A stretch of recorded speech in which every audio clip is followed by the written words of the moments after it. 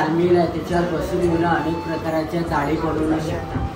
त्याच्याच बाजूला पत्रावाळी मशीन आहे. एका तासाला 1000 पत्रावाळी बनवतात.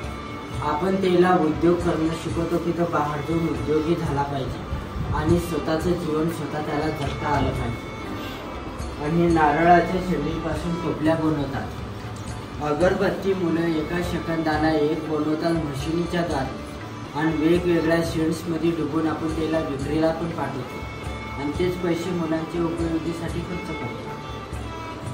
आणि 12 बोलून ते दारात खेड्यागावात चंबार, सुतार, लोहार, कुंभार, सोनार हे सर्व त्यांनी बनवलेलं आहे. साथीच्या साडी. आणि तुमच्या मागे जे पेंटिंग आहे ते शिक्षक आणि विद्यार्थी दोघं मिळून बनवलेल्या पेंटिंग्स आहेत. आणि वर या मुलांची उद्योग काढलेले आहेत की मुलं शाळेमध्ये काय कामे करतात.